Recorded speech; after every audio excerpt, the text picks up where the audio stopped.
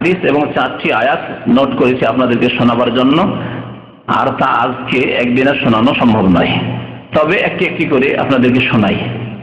গান এবং বাজনা দুটি শব্দ রয়েছে, গান এবং বাজনা। গান এবং মিউজিক, বাদ্যযন্ত্র দিয়ে যতগুলি বাজনা হইতে পারে আর যে কোনো যন্ত্র দিয়ে হতে পারে। আজকালকার জামানায় আরো বেশি এই বিষয়টি সম্পর্কে আমাদের সজাগ হওয়া উচিত, সচেতন হওয়া উচিত। এই জন্যই যে প্রত্যেকটি যন্ত্রে আজকাল মিউজিক ঢুকে গেছে, গান নয় বাজনা। টেলিফোনে, বাড়ির টেলিফোন, ল্যান্ড টেলিফোন আছে, তাতে উঠাচ্ছেন, রিসিভার উঠাচ্ছেন, কি শুনছেন? মিউজিক শুনছেন। মোবাইলে অধিকাংশ মানুষের, বরং অধিকাংশ মুসলিমদের মোবাইলে যে টোন রয়েছে তা হচ্ছে মিউজিক টোন, যা হারাম, বাজনা যার নাম। বাজনা মানে হারাম, এবং এই হারাম হওয়া সম্পর্কে, গান এবং বাজনা এই দুটোর হারাম হওয়া সম্পর্কে সমস্ত আইম্মায়ে কেরামের ঐক্যমত রয়েছে। 4 ইমাম, সমস্ত আইম্মায়ে কেরাম যখন বলবো তাদের শিরোমণি 4 আইম্মায়ে কেরাম, ফুকাহায়ে কেরাম, মুহাদ্দিসিনদের মধ্যে ইমাম আবু হানিফা, ইমাম শাফি, ইমাম মালিক, আহমদ, তাদের ঐক্যমত রয়েছে এই ক্ষেত্রে। সুতরাং এই বিষয়টি এমন নয় যে ভাই ওদের কারো মাযহাবে জায়েজ নাই, কারো মাযহাবে জায়েজ আছে, এইরকম অজুহাত যে অনেক সুবিধাবাদীরা তলাশ করে, এরকম কোনো রাস্তা নেই, এরকম কোনো রাস্তা নেই। 4 মাযহাবের 4 আইম্মায়ে কেরামের ইত্তেফাক, ঐক্যমত রয়েছে যে গান এবং বাজনা হারাম। ইমাম ইবনে তাইমিয়া রাহমাতুল্লাহ আলাইহি তার যে প্রসিদ্ধ ফাতাওয়ার কিতাব রয়েছে, মাজমু ফাতাওয়া, 37 খণ্ডে রয়েছে, তার 10ম খণ্ডে এবং 11 খণ্ডে তিনি এই বিষয়টি উল্লেখ করেছেন যে আইম্মায়ে আরবা 4 ইমাম এই ক্ষেত্রে ঐক্যমত পোষণ করেছেন যে গান এবং বাজনা হারাম। গান বাজনা, আজকাল বাচ্চাদের যে খেলনা রয়েছে, খেলনাতেও মিউজিক, বাজনা।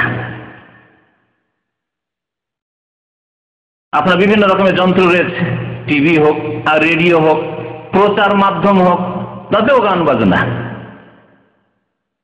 কলিং বেল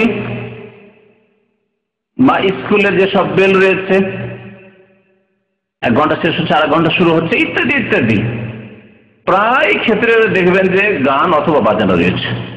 সুতরাং এই বিষয়টি সম্পর্কে আমাদের কোরআন এবং হাদিসের বিধান, হুকুম জানা আবশ্যক, এবং জানার পরে তার প্রতি আমল করা আবশ্যক, ফরজ। জানাও ফরজ এবং আমল করাও আল্লাহ ফরজ করেছেন। আল্লাহ পাক রব্বুল আলামিন সূরা লোকমানের আয়াত নম্বর 6 ইরশাদ করেছেন। এই আয়াতটি সম্পর্কে তাফসীরকারদের ঐক্যমত রয়েছে। সাহাবায়ে কেরামদের ঐক্যমত ছিল যে আয়াতটি গান বাজনা সম্পর্কে নাযিল হয়েছে, গান বাজনা সম্পর্কে নাযিল হয়েছে আয়াতটি। আল্লাহ পাক কি ইরশাদ করেছেন এই আয়াতে? আল্লাহ পাক ইরশাদ করেছেন, ওয়া মিনান নাসি মান ইয়াশতারি লাহওয়াল হাদিস লিইউদিল্লা আন সাবিলিল্লাহি বিগাইরি ইলম। কতক লোক রয়েছে, আল্লাহ বলছেন ওয়া মিনান নাসি, কিছু মানুষ আছে, তাহলে সব মানুষ নয়, সবাই গান পছন্দ করবে না, সব কেউ বাদ্যযন্ত্র পছন্দ করবে না। অমিনান নাসে, মানুষের মধ্যে থেকে কিছু মানুষ আছে, মান ইয়াশতারি লাহওয়াল হাদিস, যারা অসার বাক্য ক্রয় করে। লাহওয়াল হাদিস, হাদিস মানে কথা, বাক্য, আল্লাহ মানে খেলাধুলার বাক্য, অসার বাক্য, যাতে না তার পার্থিব উপকার রয়েছে, না পরলৌকিক উপকার রয়েছে, না দুনিয়ার ফায়দা রয়েছে, না আখিরাতের কোনো ফায়দা রয়েছে। লাহওয়াল হাদিস, আল্লাহ পাক বলছেন কিছু লোকেরা এগুলি ক্রয় করে, ক্রয় করে ব্যবহার করার জন্য, হয়তো ক্রয় করা মানে ক্রয় করাই, অথবা যেগুলি ব্যবহার করে মানুষ, আল্লাহ পাক কোরআনের ভাষায় সেগুলিকে ক্রয় করা বলেছেন। আপনি ভালো কাজ ছেড়ে দিয়ে মন্দ কাজ করা শুরু করলেন, ভালোকে আপনি বিক্রি করে দিয়ে খারাপকে আপনি ক্রয় করলেন, কোরআনের ভাষায়। সবচাইতে ভালো কথা আল্লাহ বলছেন আল্লাহু নাযালা আহসানাল হাদিস, আল্লাহ পাক রব্বুল আলামিন সর্বোত্তম হাদিস নাযিল করেছেন। আল্লাহ পাক সবচেয়ে সুন্দর কথা, সুন্দর বাণী নাযিল করেছেন, তা হচ্ছে কোরআনুল কারীম। তাহলে কোরআনুল কারীমের তেলাওয়াত করা, অথবা কোরআনুল কারীমের তেলাওয়াত শোনা, কারো কাছ থেকে শোনা, অথবা আপনি ক্যাসেট দিয়ে শুনছেন, আপনি রেডিও সেন্টারে প্রচার মাধ্যম থেকে শুনছেন, যেখান থেকে শুনুন না কেন, এটি হচ্ছে সবচেয়ে ভালো কাজ। কারণ কথা যখন সবচাইতে ভালো আল্লাহ পাকের কথা, তখন তা শোনাও সবচাইতে ভালো। এই আল্লাহর ভালো কথাকে বিক্রি করে দিয়ে, অর্থাৎ ছেড়ে দিয়ে, ত্যাগ করে দিয়ে লাহওয়াল হাদিসকে ক্রয় করে, গ্রহণ করে, শোনে অথবা শোনায় এক শ্রেণীর লোকের আল্লাহ পাক বলছেন ওমিনান নাস মান ইয়াশতারি লাহওয়াল হাদিস। কি জন্য তারা অসার কথা শোনে অথবা শোনায়? আর লাহওয়াল হাদিস হচ্ছে গান আর বাজনা, যে সম্পর্কে সাহাবাই কেরামের মত আপনাদের সামনে উল্লেখ করব। লিউদিল্লা আন সাবিলিল্লাহ, উদ্দেশ্য তাদের হচ্ছে নিজে পথভ্রষ্ট তো হবেই, কিন্তু অন্যদেরকে তারা আল্লাহর রাস্তা থেকে পথভ্রষ্ট করতে চায়। গান এবং বাজনার মাধ্যমে হয় তাহলে কি? এই অসার কথা দিয়ে, অসার বাক্য দিয়ে লিউদিল্লা আন সাবিলিল্লাহ, আল্লাহর রাস্তা থেকে তারা মানুষকে পথভ্রষ্ট করতে চায়, গোমরাহ করতে চায়। সুতরাং যারা গান করে তাদের পেশা, যারা গান করার ক্ষেত্রে, বাজনার ক্ষেত্রে সহযোগিতা করে, তাতে অংশ নেই, তারা পথভ্রষ্টকারী।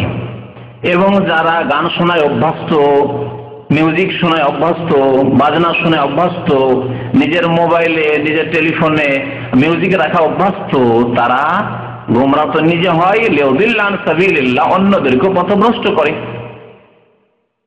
আজকাল দেখতে পাচ্ছেন মোবাইল উঠাচ্ছেন, আপনি নিজের মোবাইলে আলহামদুলিল্লাহ হয়তো আল্লাহকে ভয় করেন, পরকাল সম্পর্কে চিন্তা আছে, নিজে মিউজিক রাখেন না, কিন্তু অসংখ্য মানুষের সাথে কথাবার্তা বলতে হচ্ছে।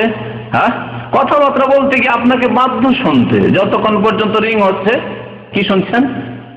বাজনা শুনছেন, মিউজিক শুনছেন আপনি, অথবা গান শুনছেন। গান ঢুকিয়ে রাখছে কেউ, দেশি গান, জাতীয় গান ঢুকিয়ে রাখছে কেউ, আর কোনো গান, কেউ হিন্দি গান ঢুকিয়ে রাখছে, কেউ আর কিছু ঢুকিয়ে রাখছে, যাকে যেরকম ভাবে শয়তান বিপদে চালিত করতে পারছে। অথচ তার কাছে বিকল্প ভালো জিনিস ছিল, সেটা হচ্ছে যে সাধারণ টোন রাখবে, যেমন টেলিফোনে রিং থাকে, অথবা কোনো ভালো কথা রাখবে, ভালো কথা রাখবে, কোরআনুল কারীম রাখবে না। আজকে মোবাইলের বিষয়ে আলোচনা করছি, এতটাই বলে দেওয়া যথেষ্ট। কারণ কোরআনে কারীমের বেয়াদবি, কোরআনে কারীমের আপনি রিং রেখেছেন, কোরআনে কারীম বেয়াদবি, তার শোনা বাদ দিয়ে আপনার কথা শোনা শুরু করলেন, সুতরাং এটি বড় চরম বেয়াদবি। সুতরাং উলামায়ে কেরাম বলছেন যে রিং টোনে কোরআনুল কারীমের তেলাওয়াত রাখবেন না, তবে মানুষের তৈরি করা দোয়া আছে, আল্লাহ রাসূলের হাদিসের দোয়াও রাখবেন না। মানুষের তৈরি করা এমনি কোনো কথা আছে হয়তো রাখছে, এক শ্রেণীর লোকেরা, বলা যেতে পারে, চলতে পারে। তো আল্লাহ পাক বলছেন যারা গান, লাহওয়াল হাদিসের সাথে ব্যস্ত, গান করে অথবা গান শোনে, তারা লিউদিল্লা আন সাবিলিল্লাহ বিগাইরি ইলম, তাদের জ্ঞান না থাকায়, আল্লাহর দ্বীন সম্পর্কে সম্যক জ্ঞান না থাকায়। আর যদি জ্ঞান থাকে আর আমল না থাকে, তাকে জাহেল বলা হয়েছে শরীয়তের ভাষায়, তারও জ্ঞান নেই, জ্ঞানহীন সে। অর্থাৎ একজন মানুষ জানে যে গান খারাপ জিনিস বা এটি হারাম জিনিস, এটি জায়েজ নয়, তারপরেও সে করে সব কাজ, এটি ফরজ, তারপরেও সেই কাজ করে না, তাহলে তাকে ইসলামের ভাষায় জাহেল বলা হয়েছে। এই জন্য আবু জাহাল, অজ্ঞতার বাবা, তাকে এই জন্য বলা হয়নি যে সে কিছু জানতো না, নির্বোধ বোকা ছিল না, সে সমাজের মধ্যে একজন জ্ঞানী ছিল, সেজন্য তাকে নেতৃত্ব সমাজের লোকেরা দিয়েছিল, মক্কার কাফের কুরাইশরা দিয়েছিল। কিন্তু যেহেতু তার জ্ঞানের ওপর আমল ছিল না, তার কর্ম ছিল ভুল পথে, সেজন্য তার উপাধি ছিল আবু জাহাল, অজ্ঞতার বাবা। এই জন্য আল্লাহ পাক বেগাইরে ইলম বলেছেন, গোমরাহ করে, নিজেও গোমরাহ হয়, পথভ্রষ্ট হয়, আর অন্যকে পথভ্রষ্ট করে। ওয়াত্তাখিযাহু হুজুয়া, আর আল্লাহর রাস্তাকে তারা ঠাট্টা বানিয়ে নেয়। যদি কেউ ইসলামের কথা বলে তো হাসি তামাশা করে উড়িয়ে দেয়, যদি কেউ কোরআনের কথা শোনাতে চায় তাহলে উড়িয়ে দেয় সে কথা, তাদের কথাকে টিকতেই দিতে চায় না। ওয়াত্তাখিযাহু হুজুয়া, তাদের জন্য কি শাস্তি! তাফসীর গান বাজনা হবে, এই লাহওয়াল হাদিসের হবে, আল্লাহ পাকের শাস্তি। এই গান বাজনার শাস্তির কথা বলছেন যে তাদের জন্য শাস্তি কি রয়েছে? ওয়ালাহুম আযাবুম মুহিন, এদের জন্য রয়েছে অবমাননাকর শাস্তি, তাদের জন্য লাঞ্ছনাকারী আযাব রয়েছে, শাস্তি রয়েছে, আযাবুম মুহিন। এই আযাব আল্লাহ পাক বলেন যে দুনিয়াতে হবে না, আখিরাতে হবে। সুতরাং যারা এই রকমের গান বাজনার পাপ করে, মনে করিয়েন নাই কথা যে আমার মোবাইলে মিউজিক আছে আর আমার কোনো শাস্তি হবে না, অবশ্যই শাস্তি হবে, হয় দুনিয়াতেই শাস্তি হবে, আর না হলে আখিরাতে হবে, অথবা উভয় ক্ষেত্রে হবে, দুনিয়াতেও শাস্তি